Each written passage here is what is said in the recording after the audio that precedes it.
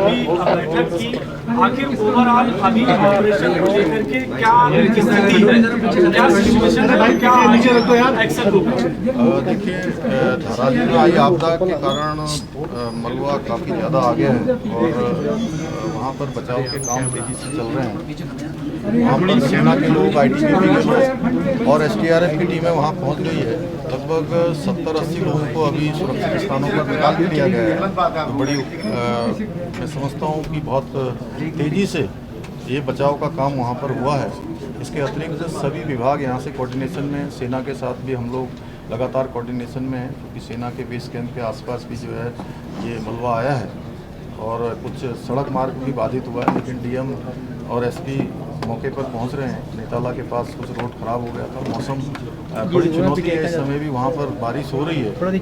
इसके अतिरिक्त यहाँ पर सभी प्रकार की अभी यहाँ समीक्षा की है। स्वास्थ्य विभाग अपने स्तर पर डॉक्टरों की तैनाती कर रहा है, दवाइयों की वहाँ पर तत्काल व्यवस्था कर रहा है, भोजन इत्यादि की व्यवस्था हो रही है और राशन वहाँ पर पहुँचे इसके लिए जिला पूर्ति अधिकारी, पुलिस विभाग ने लगभग 160 पुलिस के लोगों को 10 सीनियर अधिकारी और 3 एसपी रैंक के अधिकारी वहाँ नियुक्त किए हैं। 3 नोडल अधिकारी यहाँ से भी नियुक्त हुए हैं। मुख्यमंत्री कार्यालय से गृह सचिव शैलेश बगोली को इसके पूरे समन्वय की जिम्मेदारी दी गई है। आशीष चौहान पूरे जो हेली सेवाएं इत्यादि संचालित होंगी उन सब व्यवस्थाओं को संभालेंगे और जो रोड इत्यादि बनानी है उसके लिए पीडब्ल्यूडी डिपार्टमेंट के हमारे सचिव, सिंचाई विभाग के, चूँकि वहाँ पर एक झील भी बन गई है जिससे हालांकि पानी ऊपर से ओवरफ्लो होने लगा है, उसको भी डिस्चार्ज करना है।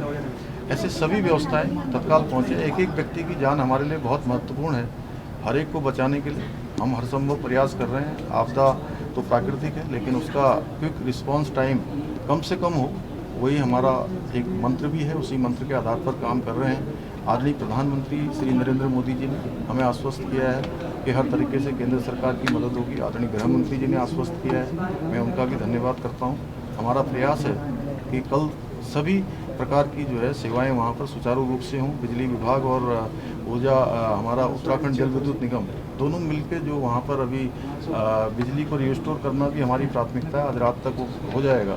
इसके साथ साथ टावर भी वहाँ पर जो इससे प्रभावित हुआ है, जिसके कारण से कनेक्टिविटी की, फ़ोन इत्यादि की जो इंटरनेट सुविधाएं हैं वहाँ पर बाधित हुई हैं, उसको भी हम लोग तत्काल कर रहे हैं। और भी जैसा यथाकाल देश परिस्थिति और मुआवजे इत्यादि जो भी जिन लोगों को भी जिन लोगों के साथ भी ये प्राकृतिक आपदा का सामना जो कर रहे हैं, सरकार उनके साथ खड़ी है। एक एक व्यक्ति के साथ सरकार हर व्यवस्था को आगे करेगी और उन सबके साथ जो सहयोग है हर प्रकार की सहायता करेगी।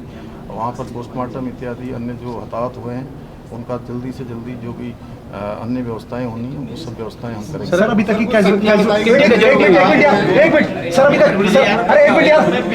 कितनी कैजुअलिटी रिपोर्ट हुई है, कितने लोग फंसे हुए हैं और गंगोत्री में जो लोग फंसे उनको निकालने की व्यवस्था? अभी तक 70 लोगों को हमारे गांव से, वहां से उस नगर से निकाला गया है और सभी लोगों को निकालने की कार्रवाई हो रही है। सुरक्षित स्थानों पर उनको पहुंचा दिया है। सभी इस प्रकार की जो व्यवस्थाएं हैं वहाँ पर सेना और आईटीबीपी और एसडीआरएफ के लोग मिलकर कर रहे हैं। हमारी प्राथमिकता है एक एक व्यक्ति जो उसमें फंसा है उन सबको बाहर निकालना। सर फिलहाल यात्रा को लेकर डिसीजन जो गंगोत्री रूट है या उस वहाँ पर यात्रा को नहीं, कल हमने वहाँ पर स्कूल इत्यादि इमरजेंसी सेवाओं को छोड़कर हमने कहा है कि सभी सेवाएं वहाँ पर जो है सरकारी रूप से उनको अभी बंद किया जाएगा और जब तक सभी स्थिति सामान्य नहीं होती हैं तब तक जो है इमरजेंसी सेवाएं वहाँ पर चलेंगी। आप खुद भी दौरा करने वाले हैं? हाँ, मैं 2 दिन वहाँ दौरा करूँगा। मैं कल वहाँ से रहूँगा, क्योंकि मौसम जैसा होगा। सेना से भी हमने हेल्प मांगी है कि MI हेलीकॉप्टर हमको मिल जाएंगे तो कुछ राशन पैकेट इत्यादि हम वहाँ पर लोगों को डालेंगे, ड्रॉप करेंगे और जिन लोगों को रेस्क्यू करना होगा उनको रेस्क्यू भी। सर एक पिक्चर गई है पूरी, यहाँ जिस तरह आज आपदा आई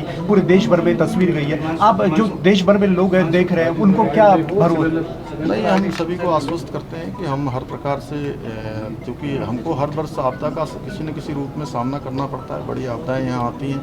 अभी जैसे बादल फटने के रूप में ये आपदा आई है हरसिल के पास। इससे पहले जो है कहीं लैंडस्लाइड के रूप में आती है, कहीं अतिवृष्टि के रूप में आती है, कभी हिमस्खलन के रूप में आती है। इसलिए हमारा क्विक रिस्पांस टाइम कम से कम हो, उस पर हमारा पूरा ध्यान रहता है। वही हम कर रहे हैं। लगातार हमने यहाँ पर हर एक विभाग की समीक्षा की है कि कौन सा विभाग कितनी तेज गति से लोगों को सहायता कर। सर धराली में आपकी किसी से वार्ता हुई है?